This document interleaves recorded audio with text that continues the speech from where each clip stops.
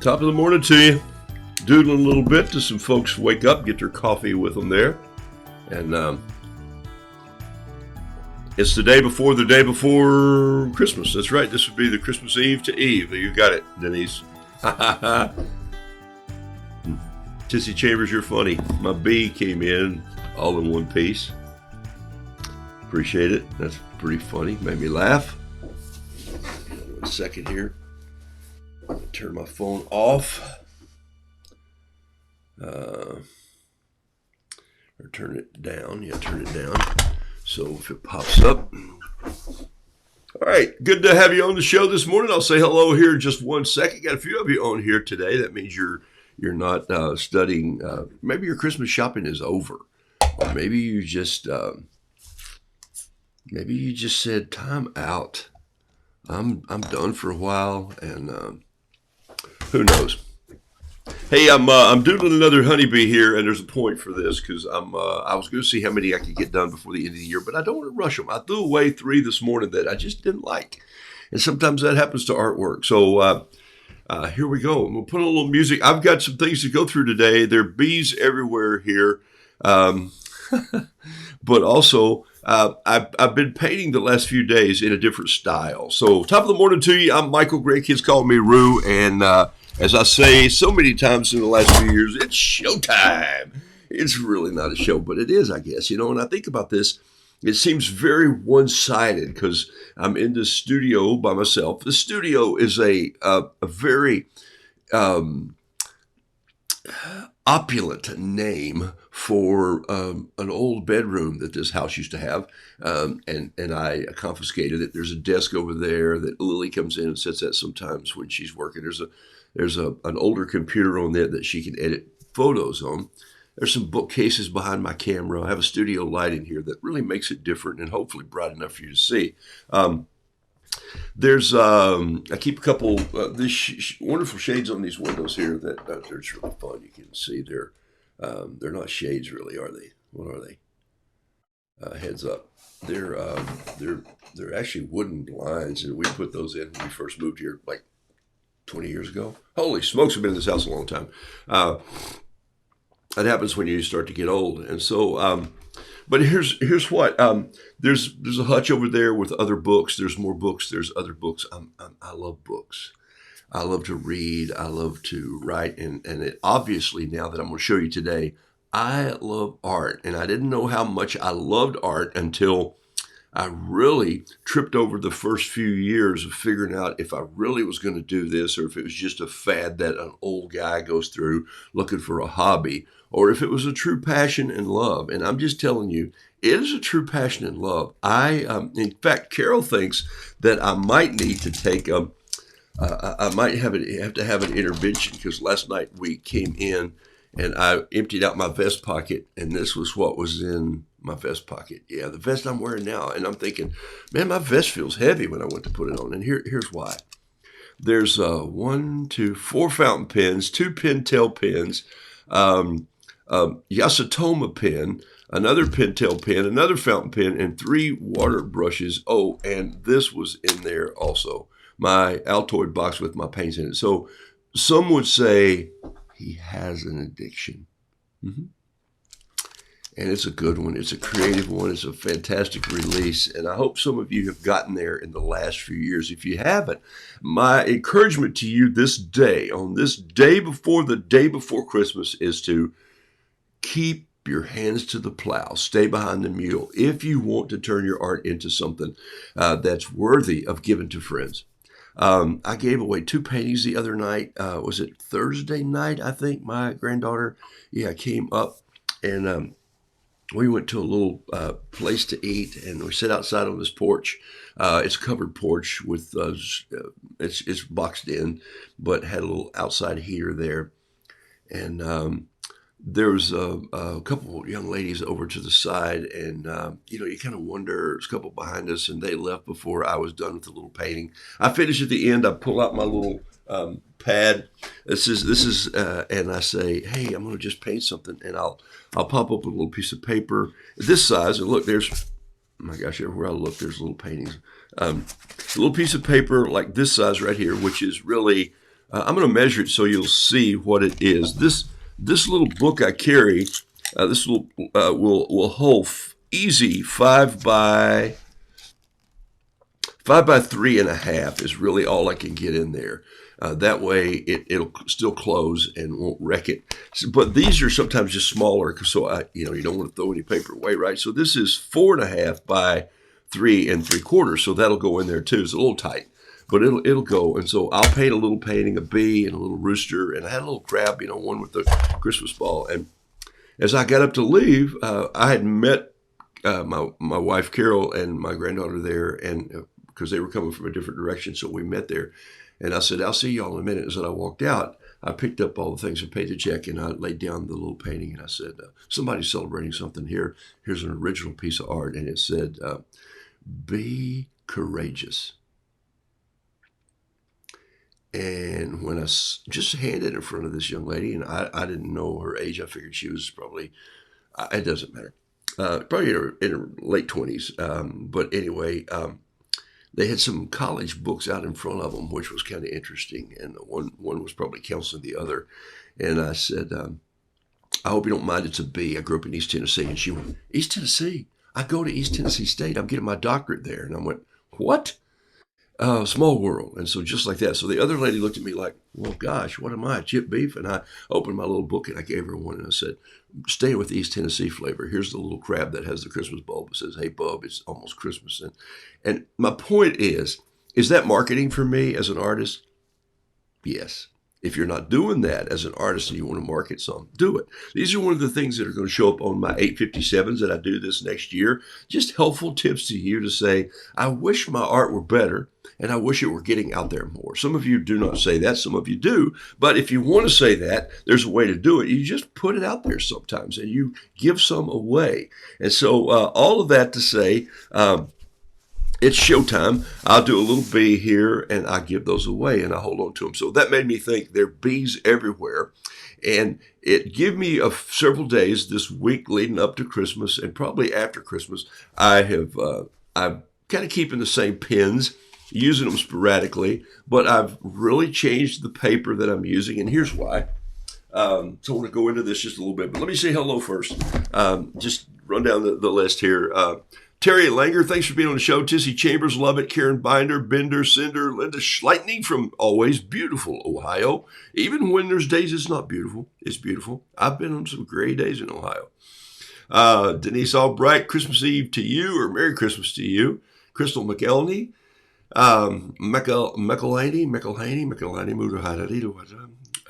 Ruth Ann Godey, thanks for being on the show. Haven't seen your name in a while. Karen, Susie DeLay, well, there you are. Evelyn Davis Morales, Deborah Spangler, Marie Pikert, thank you for being on the show, and Jean Ann Thalzer, Beverly Schmidt from the lovely, beautiful art town of Greenville, South Carolina. Skeeter Powell, hey man, I appreciated the Christmas card from David's Table. Love that you're loving those young people down there, and love that you're plowing through, my dear friend. We go way back, as some of you know. It's an art show. So proud of each of you. Thank you for all your inspiration and desire. Okay, it is an art show. It's showtime. Donacell Barton, come on. Keep painting, my dear. Shannon Caldwell, Kyle Dixon. Wow. There's Kyle, who he comes and goes on this show, has some real art skills, and sometimes just has picked up the brush and gone into a crazy, if you haven't seen his crazy, almost cartoonish, far-sighted stuff, some things that he does. I love that very much. In fact, I went there this week with longer captions, not thinking of Farsight until I just said that with you, Kyle, but I'll show you a couple I've done. Susie Biwaji, After Create Every Day, love that. Cam Lawson, thanks for being on the show. Maggie Carnahan, love it, always, because I recognize your name from Culpeper. Randall Taylor Craven, June Jones, Andy McBean, great day. Mickey Hupp, Laura Logan, look at all you people. Chris Young, Chris Whitaker, Paula Lindy, and thank you for being on the show this morning. Love it, love it, love it. Hey, when Carol and I were getting ready to go to Maine to do my painting up there and for her to eat lobsters, and I'm so want to go back. I haven't even had my journals out and bragged about them in the last few months, and it bothers me. I get able to get that thing out and look at it because I love to see how my art has improved. And it really has. It's so fun to look at it now and see what it's done. I don't know if this is Maine or if this is Paris. That's Maine. So to look at this book and see, there's the skyline of Charlotte. See, it doesn't have to be award-winning art to be good. It doesn't even have to be award-winning art to give away and put on people's bookshelves or next to their cabinets. Or I have a friend who has 3 of my little bees beside her wall as you walk into her kitchen. And I love it when they're there. They're just little 3 by 3s. That's a lot of 3. But for me to just sort of scribble this on an airplane, and so I was on the airplane, because here's how I know. Oh no, that's Paris. I drew the plane. But so these are just the days that we spent in Maine, and this whole thing folds out like so, and it just keeps going. It's 12 feet long. It's on a Japanese journal. I've got to clean one of these for this next year. I was holding out for Israel, and I thought I was going to be in Israel real soon, but that looks like now it's probably going to be 2025, Lord willing, if I get there. But my point is, I look at these little sketches and I think, this is me, this is my style, this is my art, this is my storytelling analogies that I love to put together for people and get them to think, wow, I want to go back to Acadia National Park and I want to walk up there and I want to sit beside these birch trees in Lincolnton, just down past a little out of one of the harbors there. I can't think of what it was called now. But my point is this, Camden Harbor. It's written in the trees, Camden. See, I had to write it down. But to do a show from there and paint from there and just paint something and then I painted this in an 5x7 and I have it framed here. And I don't frame much of my art, but I did it as a memory of where we went. So I was telling Joe that Carol and I were going to Maine, and this was the late Joe Miller, who we went up there one day to meet with actually Megan and talk to her about some art stuff that we're doing. And Joe comes in, he'd been playing golf, and so he's coming to the office. So we go into his office and he said, what are you painting? And I said, well, I'm getting ready to go, and I've got a journal I want to use, and it's one I bought from you guys here. And he says, let me give you something. So he goes out and he digs around for a minute and he goes, hey, where's mine? And they find it. This is, some of you may know this paper. It's a little, it's quite a bit thinner actually. It's 93 pound. It's called B Super Deluxe Mixed Media Paper. And I've been painting on it the last few days because it's allowing me to be even looser than I normally am because of how, I'm not going to say that the paint lingers on it longer. It'll dry just a little faster, but it allows the pen to not bleed as much, and it makes my paintings look a little different. This is the one I painted yesterday. That was the, what was it? It was the B ballet class, B school. I painted, this is it. It's still in here. So there it is right there. That's the painting that sold, I think, last night to Jennifer in Knoxville, and it's Studio B. It just came to me, and I had this big B, and I thought, B is too big for this page, and then I thought, but what if that B, oh my gosh, that B is instructing people, and then I'm so far from dancing, but this is going to be something that for about a week or two, till I get all this just loose goofiness out of my system, and you're thinking, loose? So that's kind of how it came about. 5, 6, 7, 8. I turned the page last night and I painted this little, on a wing and a prayer, dragonfly. And I'm not sure which way he's going to go yet, but there's the little dragonfly. And see how this pen work just barely bleeds a little bit? It's really fun to paint on. And this one, I'm not sure. This one should be shown before Christmas. There it is right there. It says, you can see these are, well, you get it, right? It's French. Yes, there were 4 of us originally. Bernice, however, was still with the France Telecom, and felt called, you might say, to be the 4th of Christmas. Oh, calling birds. So there's how that song got changed. Did you know that? I just made that up. But for me to make up stuff like that is really fun. So I did this once before. You just have to say, you just look at this and go, oh, there's a baguette, there's an accordion, there's wine. These are French hens.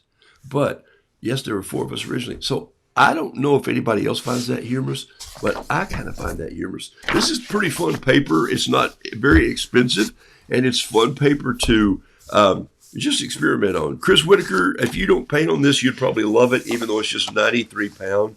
It really lends itself well to fountain pens, which I really think do a fun job of painting that we forget to do sometimes when we're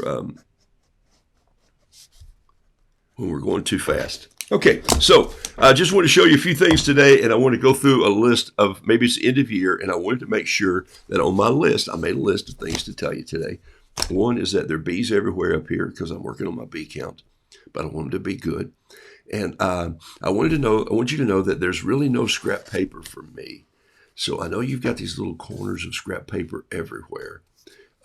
Paint on them and start giving them away if you haven't done that. I'm going to encourage you to do that more and more this next year as we talk about painting some. Okay, so for this, I would just go out there like this, and then I'd build these wings back, and almost like I do my cross hatching, like I'm making the ground somewhere. And then here's that second wing right here, and you're just coming back in. And you see how fast this is? What I'm not doing is that I'm not pressing in with my pen and trying to draw this wing like you see it in a picture of a dragonfly. Number one, I don't have any pictures of dragonflies up here. The only one that I had is this one. Maybe I should look at it. No, I'm not even going to do that. Who cares? And so then the feet come out like this, and then I don't know if there's 5 or 6 on either side. I've never really talked about that. And I should, because I did figure that out with grasshoppers and other things. But and then I'm going to put some detail in here, and I'm still using this number 5 pin tail needle tip. And then I'm going to put some little marks like this. But the fun part about doing this is dragging in a brush that's wet enough. This is a number, is this a number 8? Yes, this is a number 8 Miller. And so what I'm going to do is I'm just going to drag in some water here, just a little touch. I'm just not even shaking the brush, just pulling some in. And this is real synthetic hair, so it's going to hold a lot. And then I think what I'm going to do is just grab this. And this paint has not been wet yet. Like, I haven't sprayed this and loosened it up. So what I wanted to do is let me go out just a little bit here. Whoops, that's the end, isn't it? Okay, let me refocus. I would go to automatic focus. That'd be a lot quicker, but I honestly will tell you that it focuses on my hands, and then you're going to miss some of what I'm doing. Okay, that's not bad right there. So this will be out of focus for a little bit, but you can see the colors. I'm going to go in here and just get some of this. What is this? This is mint julep. That's what it is. And then I'm going to get a little bit of rose. And just throw a little rose on this also. I don't know if it's really called rose. I should look that up, but you know what I am. Just use a color that you like. And use a color that's kind of bright. Use a color that you wouldn't expect to see somewhere in a dragonfly. And then I always love my French blue up here like this. I'm using this big old brush, which is kind of fun. I usually do those heads in green, so let's go back in there and put a little green on top of the blue and watch what it does. I'm using spring green to punch on there, like so. And I'm just going to touch those eyes in a little green. Then I'm going to get some of that French blue and throw it in here on the body. It needs some dragonfly music, and I don't know what that is. I've never heard of such. Maybe it's this one right here. It's near the end of the year, so let's just find some dragonfly music. Here it is right here.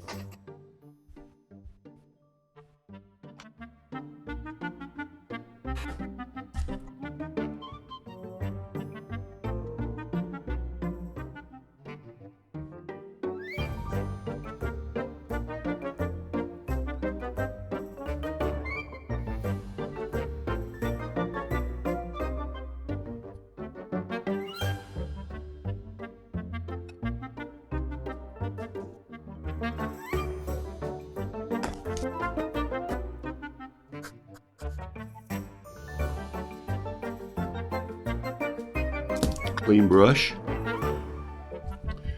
Just swipe some of that up in there. Just let that be messy because it looks like the wings are buzzing out. See that?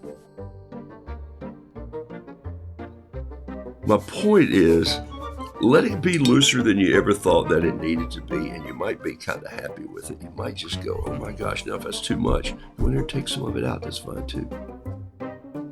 Or bleed it in.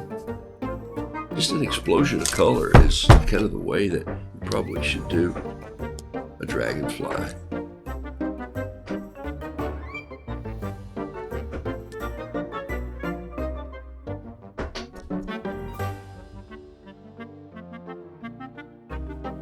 This paint dries pretty fast on this paper because there's nowhere for it to go. It's thin. It just seeps right in there.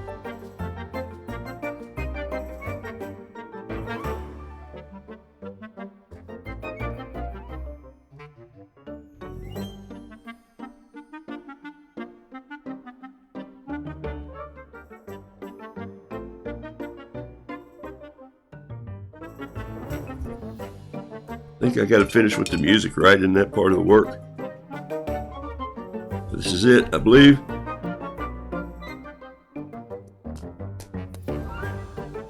Oh, I beat it. Okay, how cool is that, huh? Got a little bit more to drop some pen right here. Number 7, just get. There we go. All right, so there's a little dragonfly just in a matter of what, 3 minutes, 2 minutes, something like that. So,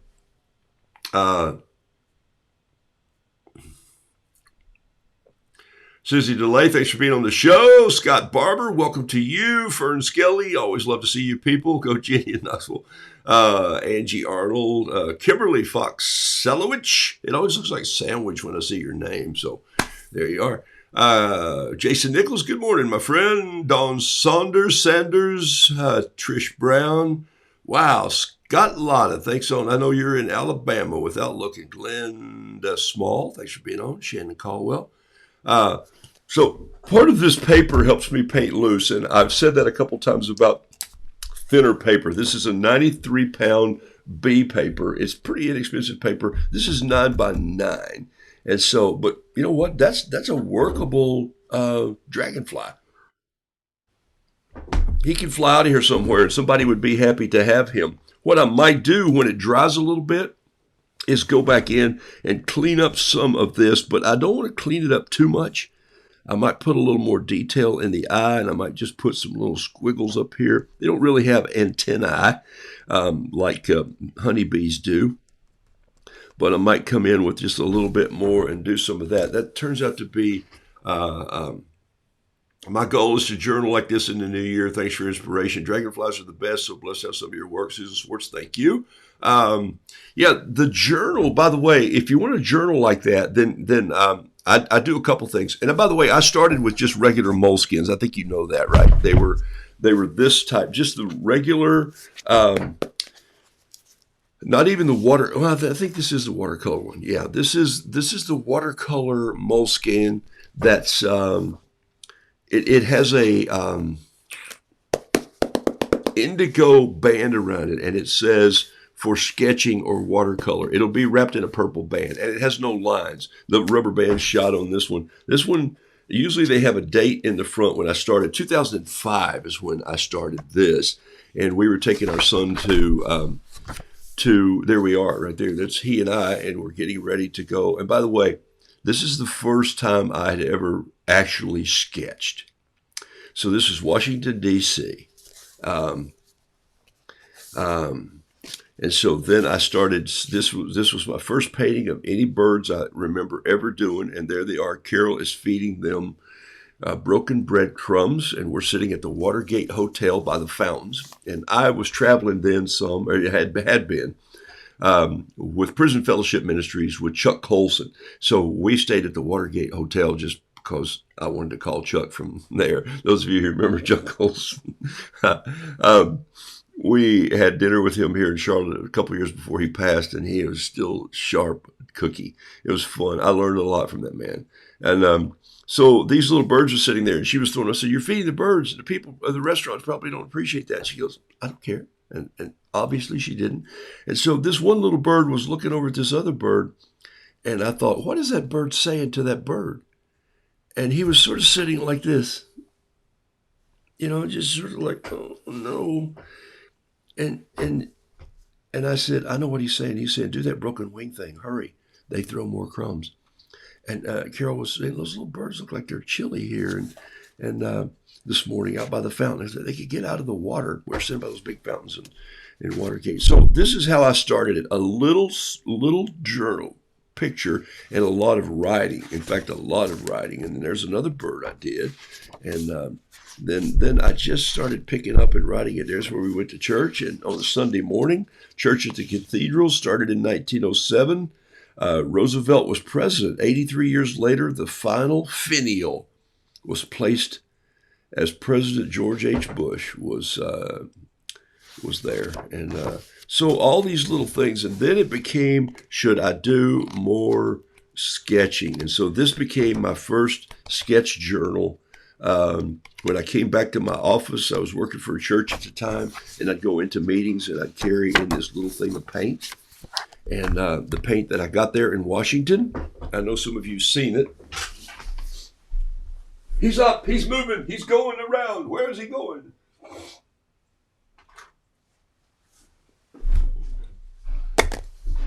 That's it right there. This is a little keychain, 8 mini disc made in England. They're Calder colors. I think Calder still makes paint colors. And this was what I painted out of for the next few years. Take a look at that. And this was the brush that I used. And by the way, this is the brush that I used. I kept it. So I would come in like this, and I would wet my brush, a little coffee or tea. I'd get a little orange, and I'd come in, and I'd just pop a little paint on here. And notice how it just sort of beads up. So you have to just kind of sip your tea until it dries. Isn't that cool? And so this is what all of this was painted with, except for that. I came home then, and I got into, I got into acrylics, and I realized how blocky it was for me and how terrible I was at it. So then I went back to the pencil, and I drew all these humans. These are humans, the first nudes that I've ever attempted, and there was a reason for that. But they're awaiting creation. And I thought, what if people are just off on the sideline and chosen, and then this make a face I love. So this is cavorting. There's a duck that, yes, I did draw a duck. This is one of the first trees I ever did in a business meeting. And I said, my mind is wandering. So I've been sketching. So there's, you can tell I was in a very interesting meeting, and I just took my pencil and my finger, and I started doing it. And this is when I realized that if I could write my name, I could paint. This is when I really fell in love. And then I started writing these little sayings. Bird brains, they got wings. We're going to need another bird or a bird in a hand to reach that. They're all stacking up trying to reach it, and they go like, oh, they can fly. Here's a perspective piece that I looked at a picture and did, and I thought, okay, I could do that maybe. These are just some quick sketches over the years. And then somewhere in here, there was a bee that was one of the first bees that I ever did. This one wasn't done until a few years later. And I went back to this book to look at it. This was done in 2022. So, and I just did a demo in here. So there you go. So there's some of my first attempts at roosters, as crude as they were. This was off the Rex Goliath wine bottle. So 2007, Roo Doodles wasn't born yet. Just wasn't. All right. So get a journal and start. And then get a better paper and a better paper. And then, but don't worry about the paper sometimes. Just keep plowing and you'll do it. I think this needs to be a little brighter with yellow. So I'm going to reach into my big brush here. Remember, I've got a number 8, which is probably a bigger brush than some of you ever use on a painting this size. And I think it needs some of this bright green in the wings over the top of that yellow, just like this. Yeah, ooh, that's going to be nice. A little more of that bright green. That green kicks. This is spring green. And let's just put a little more in there like that. And let's give a little splatter of that green around there too. Wow. That's one thing about holding a big brush. If you've got some paint in the end of it, pop it on your hand like that. You're going to get some real loose splatters. That's a good looking dragonfly. I'll take it. All right. So this is bee paper. Let me show you. I'm going to lay this one. I'm just going to open it up like this so you can see it. It's bee paper right here. By the way, there's a bee paper company, but I know you can get this from Cheap Joe's Art Stuff. You could probably get it from Amazon or somewhere else. So if you live in a town that has an art store, for heaven's sake, support your local art store. Unless their prices are just exorbitant, and then say to them, hey, I want to come in here and shop with you, but I can get it cheaper down the street. Can you give me a break? And guess what they'll do? They'll give you a break. If they say, nope, we're not matching it, you say, well, all right, it's been fun, but I got to run. And so they'll work with you, especially if you're part of an art gang. Okay? All right. Use your advantage as being an artist to say, look, I'm going to Miss Wilson's third grade class. And don't tell them you're doing that if you're not. This next year, go to the second grade or third grade class. Miss Wilson or Miss Skelton or Miss Rowland. I had all three. Yeah, I went to the third grade 3 times. Okay. All right. So that's B paper. I want you to see that this morning. That's down there on the floor for now. Then I want you to see a couple other things that I'm doing. And one, I want you to know that there's no such thing as scrap paper. B paper, I want you to know that this next year I'm doing thru 857s, and those will be 8 minutes and 57 seconds. That'll be on this Facebook page as well as on YouTube somewhere. And they're just helpful ideas like, here's a journal. Here's how I got started in journaling, just like I just did. I'll do a repeat of that, but it's something that you can digest, see again, and even share with your friends if you have them over for coffee. Which reminds me, this past week we had I had 8 folks over for tea. Carolyn and I did. She just killed it with a tea. It was a luncheon tea, so it was 10 to 12. So it was early morning coffee tea. We told some stories. We talked about an art project, and here it is right here. They said, how did you start painting honeybees? And I said, well, here's one on a napkin. Take a look. Okay. And you just paint on everything. There's no paper is sacred when it's around me. I'll paint on it. I'll sketch on it. I'll draw on it. I don't care what it is. I will ask restaurants for their menu piece of paper, and they'll go, well, no, that's not go. Give me a break. Give me a break. How many times you can spill gravy on these? You have to throw them away. Just give me this one, and I'll paint it. Then I'll give it back to the person, or I'll rip it in half and give them half of it back. And so my point is that have paper always, but take a little step. And so we talked about little steps, is that no one's asking you to go from 0 to 60 in your painting. Very few people in the world can do that. Are there naturally gifted, talented, phenomenon people who can just go, picked it up and I drew it the first time? Yes. We're all filled with lots of those in our lives. We bump into a violinist every now and then. My grandson has perfect pitch. It takes him a minute to pick something out. So he's not he's he's not a prodigy child. But if I play something one time or play it a little tune for him, he'll go, oh, and he go, seriously.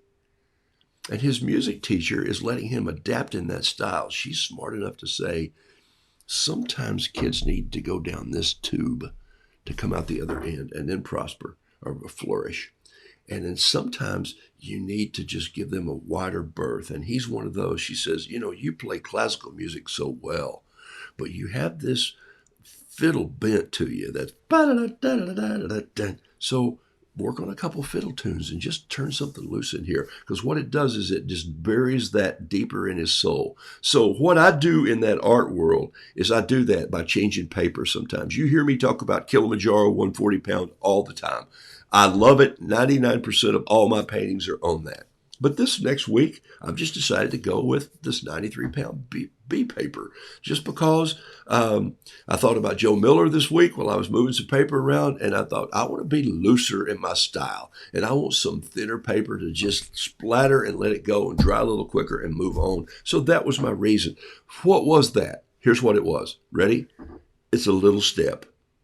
Just a little step. This is the stuff that I did on Patreon lots of times. You don't have to take a giant leap, just a little step. So I talked to this team. This is a ministry team that came to my house, and I talked to them about little steps. Just take little steps.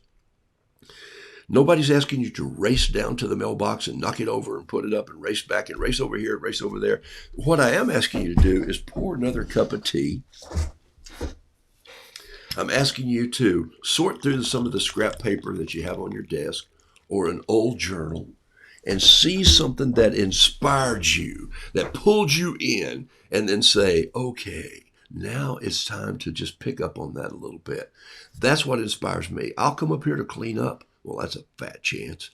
And then I'll find some scrap paper on my desk. Man. And then this is what I pulled together yesterday. Small steps, little bitty steps. Okay? You know what we did before they left on our nativity? Carol told the story to them about why they had to walk around some of the little people in our foyer and move a couple over to put their coaster and their tea on the coffee tables. They all sat around eating and munching, and beautiful desserts and little sandwiches and cucumber cream cheese and chicken salad. And anyway, my point is this. She said, your job is to go find a townsperson who's scattered out maybe back in the foyer or in the library or over here in their dining room. Go find some of those people. Find someone you identify with and bring them closer to the mantle, to the hearth where the little creche is set up. Move them a little closer. Becca was there, and she's about 8.5 months pregnant. So who did she bring? Mary. We didn't tell her to. She just said, this is who I relate to right now. Whoa. And so it made the story real for them, and it was just a little step. And it was steps that we didn't take, they took. So you see my analogy in that? You're going to take these little steps as you learn more and more and more about art and painting. And I'm going to continue to do those with 857. I went through some of my work this week, and I want you to see it. Let me see if there's any questions. Robin D says, I appreciate you taking the time for a live. Hey, I do it as many times on Saturday as I can. I love to find something like that too, meet in a public place or someone's house. I used to do a date stamp at the far corner of the sketches. Yeah, I like date stamp. That's a date stamp. That's really cool. Don't use real dates because they'll stick to pages together. Okay. Dorothy Beasley, Merry Christmas to you. Gina Bridges. Okay, here we go. How organized are you with your journals? I'm so bad at keeping them organized with dates, etc. All right, so Jason, that's a good question. I stick with one journal for a while. So even though I have several, this of course was Maine, and this of course was Paris. And so they're dated there and they're done. I want to finish that journal when I leave Paris. I want that journal to be that journal. And there it is as it rolls out. And then, on the back, I always paint a big painting of wherever it was that kind of where I was. And so that's voila. But look, all of it's not just sketching. I write things in here like crazy. I got little notes here. Eat fresh, eat in season, eat small plates, eat foods from your area, eat with friends. Those are things that should be picked up when you're there. This is salt nectari, which basically means dirty sock. Not really, but it did to me. Okay. The meal, that's honey. Look, there's a honeybee. I circled him in here. Good food always removes the blues. Woo. Okay. So my point is that I date these. The moleskins that I use just as normal sketch journals, I usually always, I think it's downstairs, but even in my ones that are office, this is not necessarily a sketching moleskin, but I put a thing here. This one, it'll have a date when it started. And then I'll always draw an original one in here, scratching out ideas daily, an original Roo Doodles, whimsy, zany, and a bit artwork. And so I'll look back at this, and I will see notes of things that I've been working on this past year. So there they are. These are ideas. These are business meetings. Oops, look at that. Lobster sneaked in there. And so every now and then you'll see where, oh, look at that. This was when I first wanted to do a sketch at the prison, and I wanted to do this farmer, and I wanted to build him out of locks from the prison bars that these guys have been working on. And so I just sat there and sketched it. So this is probably, this is 22. The one downstairs on the table is 23. This is 2005, and there's a box over there that has another probably 30 of these, and then probably another 30 of a different kind that I used before I started back into moleskin. So for organization, I put a date in the front, and then I just put a date. Sometimes about every 20 or so pages, I'll date the top of a page if I'm working on a meeting, just so I'll know where I was. If I'm in a business meeting, I'll put it there, and I'll doodle or sketch on that page. So I don't call those really true sketch journals, because I've been known to rip pages out and just sell them or give them away. And so, and I don't keep, this is different from a diary. This is ideas, working ideas, consulting ideas. And so that's kind of how I go with that. It's a good question, though. All right. Let's see. So let me give you a quick example here. I'm just going to put a piece of music and show you this morning. As I wanted to paint today, but I wanted to tell you about scrap paper. A lot of this is on scrap paper. Don't get rid of scrap paper. And look at this. There's what I might do is hire a grandchild to go through that trunk over there and just organize some of these old ones. There's a fish and fly that probably won't go anywhere. These are some of the bees from my bee mug. This was 978 and 979. There's some shrimp. See, I can do this now. There's a rooster. There's another, there's a seagoing creature. I'll put that there with the shrimp. Here's bee. This bee here is on my mug. I love this bee. This bee is 800. This bee is 966.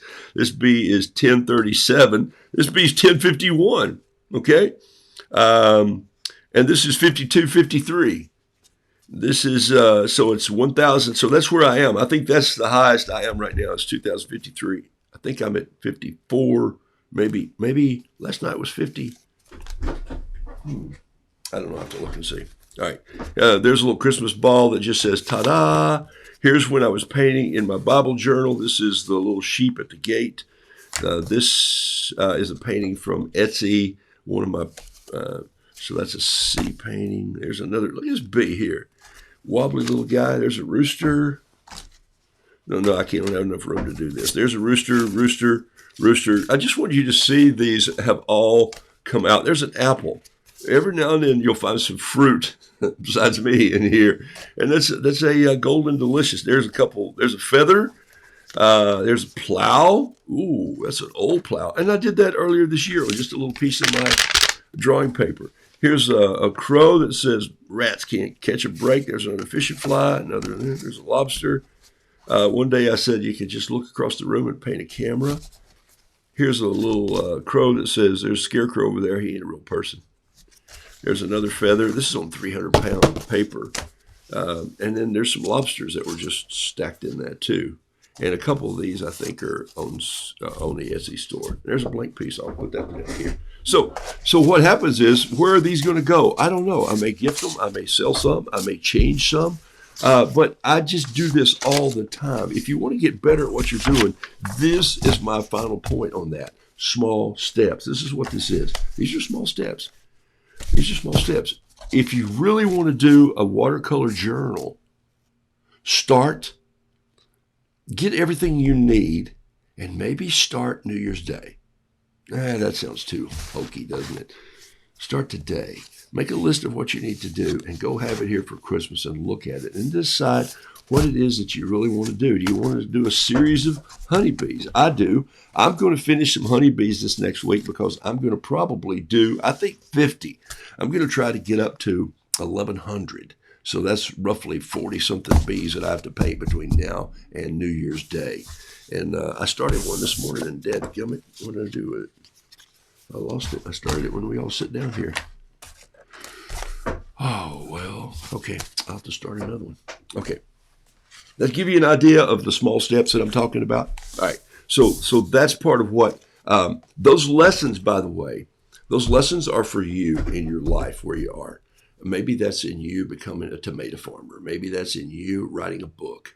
Maybe that's in you becoming a poet. Maybe it's in you starting a quilt or knitting. And you say, I should have made those gloves. Just start the gloves and do it. And that's why people don't do art. They don't start. Can you quote me on that? The reason you don't do art is you don't start. Take a little step and start. Okay? And get rid of the excuses like, I can't draw, You can write your name. If you can write your name in cursive, if you can print your name in good block letters, you have just built a city. Okay? All right. I showed the clip of the chandelier you built. Several folks at Briggs. I did a new clip on that chandelier. I should have showed you that one. I did the shorter version, and so thank you. The chandelier has been fun. The folks used it. It was used real well in their event this past weekend. The chandelier that some of you, there's my BS started. Chandelier that I did out of razor wire, concertina wire. It's called. Why is it called concertina wire? Well, it all is like an accordion, the concertina. But playing it is tough.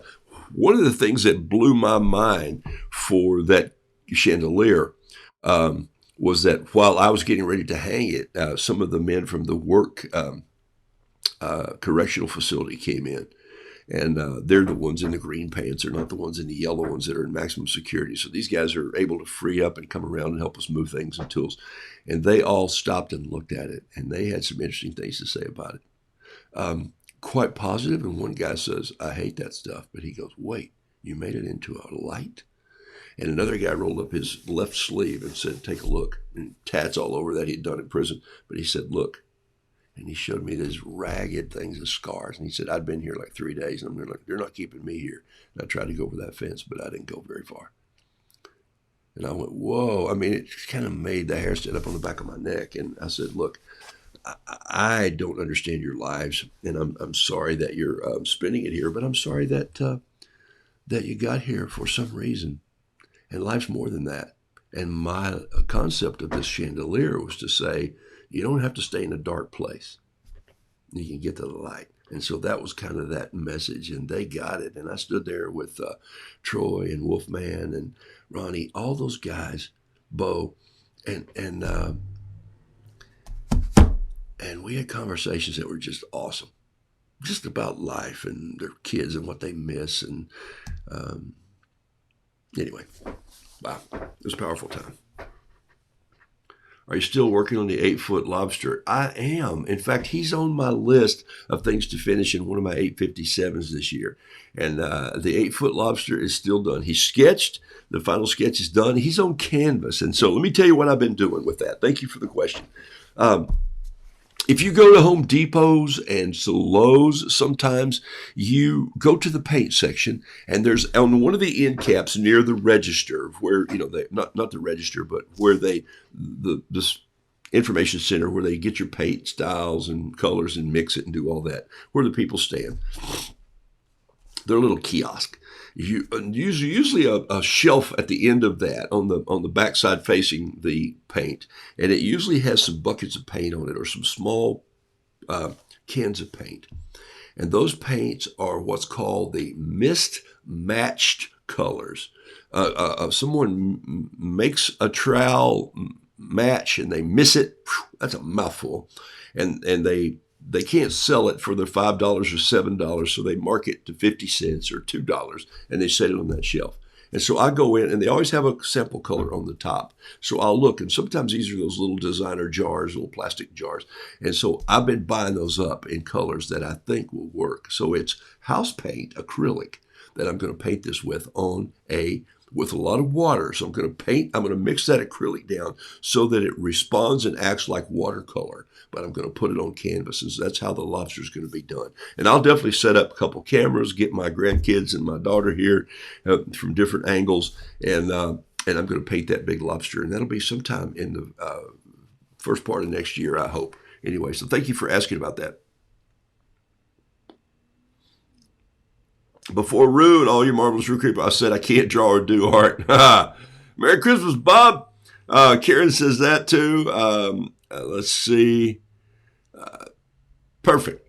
All right. So sometimes art takes on a different meaning. Let me show you what I'm talking about on that. So this is the end of the year because I wanted to tell you all the things that you have given me. Okay. And I mean that.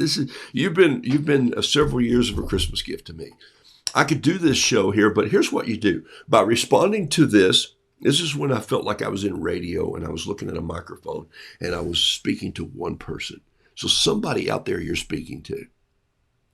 And that's what art does when you hand them a little drawing and you say, hey, this is for you. And they go, for me? You go, yeah. Why? You look like you needed it.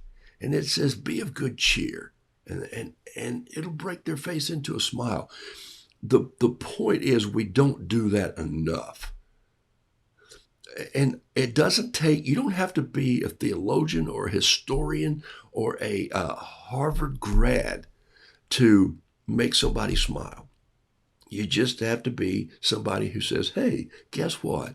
And so I go a little deeper than that. Sometimes I have these people over to my house and we throw parties for them on the 4th of January. Got 9 guys coming in. Last year I had 30 coming in this time.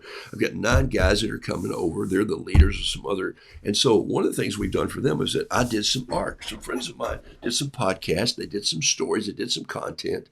My daughter and I sat down and we put all that together for them. And I want to show you how art can change. Take a look at some of these pages here. See this? There's my anvil. There's a book. There's a bread. There's a microphone. There's a camera. There's a box. Here's a mask and a target, some stones, a pair of glasses, somebody walking off with their hands in their pockets, a light, a pen, a heart. Here's some fishing flies, a pocket knife, a coffee cup, a pen. These are just 3 pages of sketches that I did. Just boom, okay? How long does it take me to do a coffee cup? So, 10 minutes, 5 minutes? So my point is, I've got about an hour and a half of sketching in here. And so then we took the content from them. I wrote an intro page and we put together this book. And there it is right here. And so, look, there's the cup. There's the anvil. There's the introduction of why iron is important in our life. And here's seeing. And then these QR codes get pushed out. And then guess what we did? We went all this far on the content that we were going to do. This is all the meeting content. Boom. And then we gave them great paper and 60 pages of journal for them to write on. So those guys who come can't show up without a pen in this book. Because when people show up to a meeting, or they show up to an art gathering, or they show up to a tea, if it's a schedule thing and they show up without a pen and they say, hey, would you guys, do you have a pen I can borrow? And you go, no, I don't. These are my pens. And I am a kind guy who gives things away, but I'm being pretty selfish with my pens right now. If you make more money than I do, just go buy yourself a pen and put it in your pocket. I carry all those pens in my vest pocket. I carry this one in my pants pocket. So my point is, I do it a little tongue-in-cheek, and I'm not rude. I try not to be rude. Carol says sometimes I have order on that, but my point is that I'm saying, no, the first time we did this, we gave them this book and we gave them this pen. And then we said, you order the cartridge and you carry this pen. And you ought to carry this pen for the next 5 years. And you ought to fill out all these pages here. And this is good paper for sketching on too. So that's where art can go a little farther if you want to do that. All right. Speaking of books, after Christmas, by the way, Hey Roo, What's a Wheelbarrow?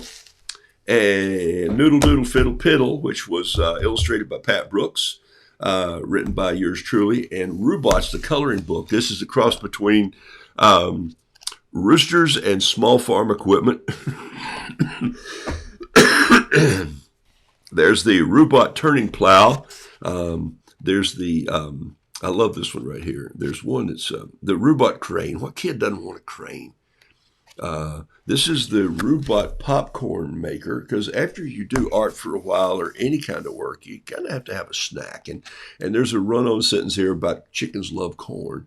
And you know who loves corn more than chickens? Dentists, because when you are eating popcorn and crack a crown, you have to go in. And so this is a coloring book. There's the Robot Bug Dozer, not the bulldozer, but the bug dozer. This is for plowing up bugs. Anyway, just to give you an idea, these books, here's why I mentioned these books. These are the 3 that I have. Am I still working on some others? Always. You should always be working on another project of some sort. I'm going to put these really on sale on Amazon.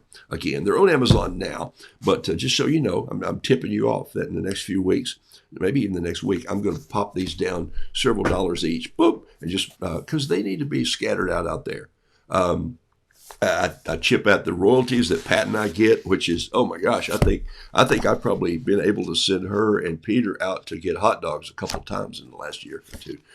That's how much money you make from books. But books are a fun challenge to go toward.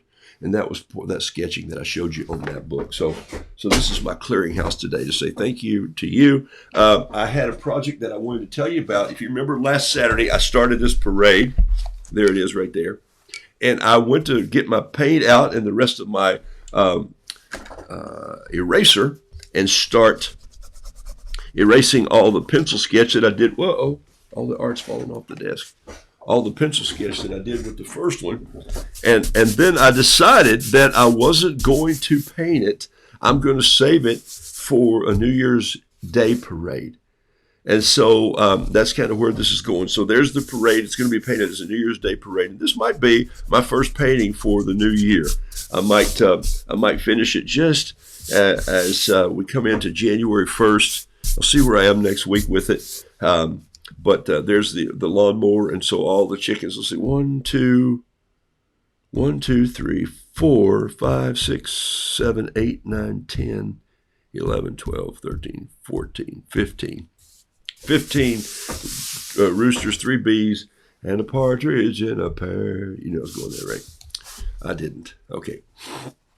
So I think this is going to be a New Year's Day parade of 2024. Maybe so. We'll see. This is Kilimanjaro paper. It is 10 by 14. I think there's a date on there somewhere. There it is right there, 10 by 14. This is exactly like this paper, 9 by 12. And it's exactly like my other paper that I carry around in my small book all the time. Even though it's a little different blue, these are all original bright white. Do I ever use natural white? Thought you'd never ask. Yes, I do. And in natural white, this is still Kilimanjaro. And there's 2 bees that didn't turn out too well. So sometimes you just paint a bee like this and you go, I don't like that bee. So down the bunny trail. So in my 2,000 bees, there's probably 200 that I pitched because the pen slipped or I didn't like it or I just didn't pass my bee test. Okay. So that's most of the paper I use, except this week I'm on to, ironic, isn't it? I'm on to bee paper. I love it. All right. Hey, Sheila Nelson, welcome to the show. Let's see if there's any more questions here that I've missed this morning. Are you still working on the 8-foot lobster? Are you going to finish poems for the pond? Yes, Linda, I still have some work to do. And by the way, I didn't feel like I was good enough to draw the whale that I wanted or the shark. And so I've been working on that a little bit. And so it takes a long time. When I wrote the script for Hey Roo, What's a Wheelbarrow in about 20 minutes. And then I spent the next 2 years rewriting it. I bet I rewrote that thing 50 or 60 times. Just different words, drop a word and think, nobody knows that meaning but me. I grew up in the mountains or the woods and I'll change it. And then I think about kids. Can they misconstrue this to something else? So I did a lot of self-editing. And then I sent it to a friend of mine who's an editor. And she said, I think this is not understandable to me. And I went, whoa. And so I do that. Oftentimes, I would recommend that you do that. But same with the work. I wanted to illustrate it myself, and I just didn't feel like I could draw a wheelbarrow for a long time. So I set about drawing 50 wheelbarrows until I could do it. So don't get in a hurry, but Rhymes from the Rivers, Poems from the Ponds, Odes from the Oceans is still on my drawing board. And it's going to be a book like I just showed you, like this. It's going to be a hardback like this, and it's going to have a piece of art on this side. It'll be a piece of art on this side and a poem on this side that reflects that piece of art, or the other way around. Poem, art, poem, art, poem, art. Okay, so that's how that's going to be, I think, right now. All right? So, good question. Favorite word to lead us into 2024 with? Wow, that's a great thing because I love favorite words. Jason, great question.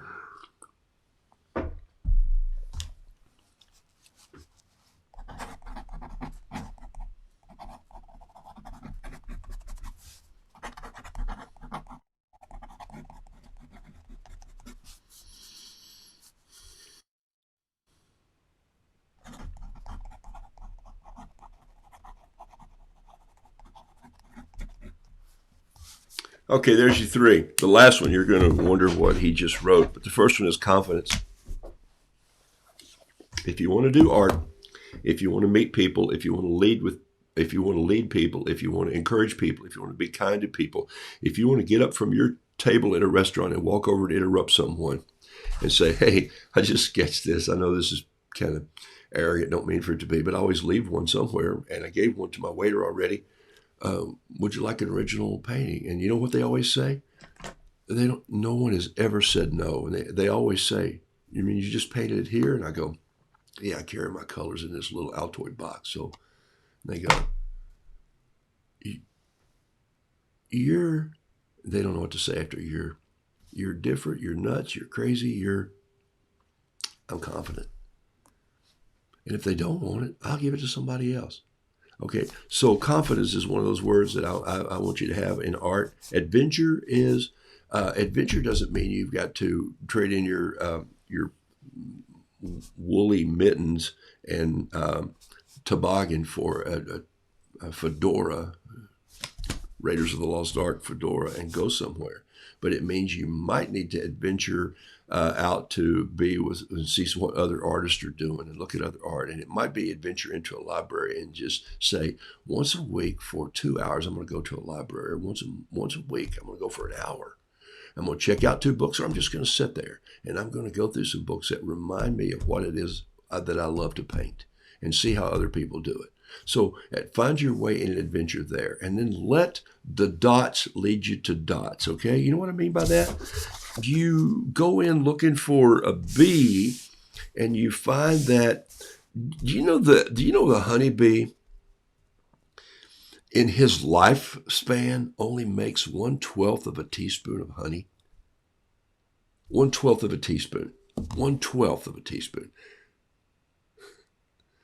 It takes 6 bees 3 weeks to make a teaspoon of honey. It takes 50,000 bees, 50,000 miles, and 1,000,000 flowers to make a pound of honey. Look all this up. I'm not making it up. It sounds, just read the facts. And then what happens is that gets me to start thinking about map and process and how does all that happen? And so I take that dot and I go here. So everything doesn't have to go A, B, C, D, E. I start with the B, and then that takes me down here, and it goes to F, flowers. What flowers? What flowers do I like best? And that takes me to regions, and then before I know it, I'm in the mountains, and then I go to East Cumberland, and I realize that there's a tree that blooms there that I love the honey of the most. And from Tennessee, eastern, southern United States, the sourwood tree. And the sourwood tree's blooms are beautiful and bright. And that's my favorite honey. So that takes me on this story, this adventure. And then what I do, I go to markets up in the mountains and I find a person there. And I said, man, I love your honey. And he says, well, I love it too. Thank you. But it's going to cost you a little bit. And so I said, that's fine. It's the honey that my dad said was the best honey ever. And I think he's right, because we used to take our bees and get sourwood. So his name is James Wilkes. And James Wilkes has, in Creston, North Carolina, up near Boone, he sells honey. You know, I sent him an email yesterday. When I bought the honey from him,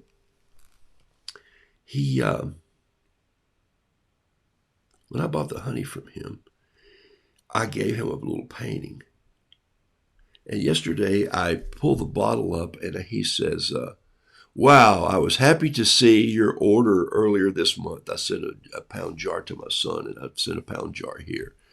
And he says, by the way, hey, I'd love to say hi to your granddaughter. I am in the computer science department at Ann Belk Hall and App State University.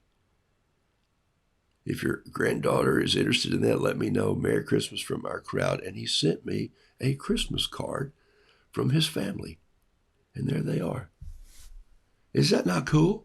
And so that's adventuresome a little bit. We don't reach out to some people that we need to reach out to. So I want you to do that. It's after 10 o'clock, and I haven't even painted this morning, have I? Very little. I painted a dragonfly. You'll probably see one of those coming out.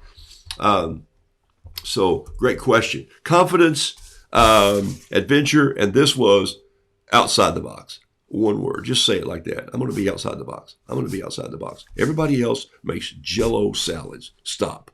Everybody else serves turkey at Thanksgiving. Stop. Everybody else serves Christmas ham. Stop. Do ribs. Do a steak. Do something different. Just throw them a curveball. In fact, wind up and throw that curveball at their head and just make them go, what? You go, this year, in confidence, I'm just going to go outside the box. Something like that is kind of what I look for. Appreciate you guys so much. I really do mean this. You have been spectacular. It's very difficult to find real sourwood honey these days. Dorothy Beasley, you are right, but I have figured it out. Let's see. Merry Christmas to you all. I might see you next week. It'll be the day before Christmas, New Year's Eve, and I might jump on just to do something and see how my parade's coming on. Be blessed. A lot of words today. Thank you for hanging in there. Encourage somebody. Stay behind the mule. The books will be available at a little reduced rate, and I'll jump in there in the next few days, hopefully. And that way, after the year, not in the Christmas rush, you'll be able to pass some of those books out to kids and grandkids, and then that'll inspire me to work on some other books. So if you're an artist and you think about writing books, just know that you're going to need to do something else to get your money from that. We're going to be looking for, it's not happening, Rue 857. Tea towels are still available at penprintsink.shop, penprintsink.shop. So if you're ever still looking for some of those, appreciate you guys much. I appreciate you owning my art and hanging it in your homes. Think of me often. Pray for us as we plow through and welcome our grandkids and family home for this Christmas. And we're off to serve today for a couple of Christmas Eve services that are happening early. Miss your warm-ups and words. Ever going to do that again? Maybe, Linda.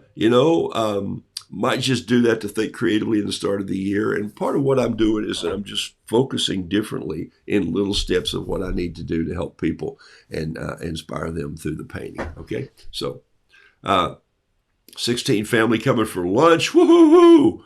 That's about what I have, Sheila Nelson. That's fantastic. Merry Christmas to you all. Blessings, and I'll see you next time right here.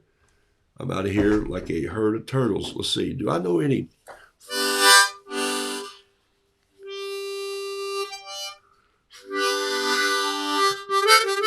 You can't play Christmas hymns on a harmonica. There's a reason for that.